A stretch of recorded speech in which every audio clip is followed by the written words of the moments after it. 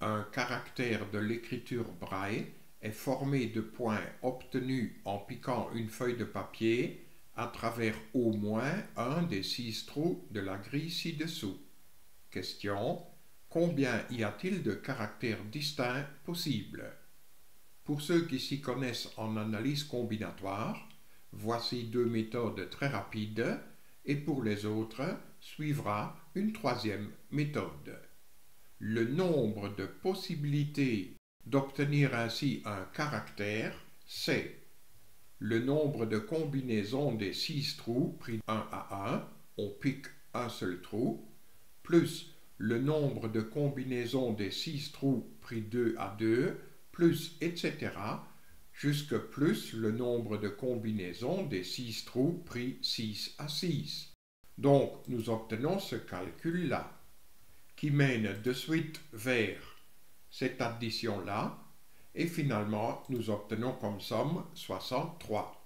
Donc la réponse finale à la question c'est 63 et terminé. Regardons bien ces nombres-là. Ce sont justement les nombres que voilà dans ce triangle de Pascal, mais attention, il faut enlever le 1 du début parce qu'on ne peut pas piquer aucun trou. Donc ce 1 est à enlever. Ainsi nous obtenons aussi la somme de ces nombres-là. Maintenant va suivre une méthode pour ceux qui ne s'y connaissent pas en analyse combinatoire. Numérotons les trous de 1 jusqu'à 6 et écrivons simplement toutes les possibilités qu'il y a de piquer dans un seul trou, de piquer dans 2 trous, dans 3, etc. jusqu'à 6. Les possibilités de piquer dans un trou sont bien sûr 1, 2, 3, 4, 5, 6. Donc là, nous avons déjà 6 possibilités. Voici les possibilités qu'il y a pour piquer dans 2 trous. Celle qui commence par 1, c'est 1, 2, 1, 3, 1, 4, 1, 5, 1, 6. Les possibilités commençant par 2, c'est 2, 3, 2, 4, 2, 5, 2, 6. Les possibilités commençant par 3, les voilà.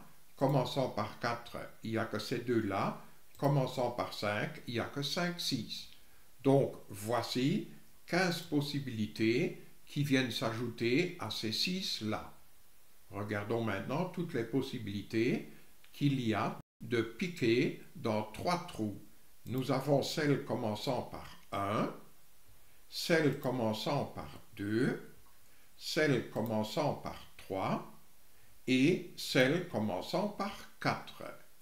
Donc viennent s'ajouter ces 20 possibilités.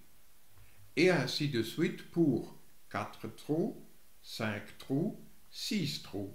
Voici les possibilités, ce qui mène vers plus 15, plus 6, plus 1.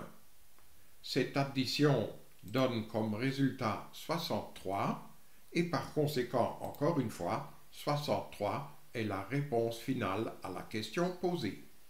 Lors du tutoriel suivant, nous allons répondre à une autre question de l'Olympiade mathématique.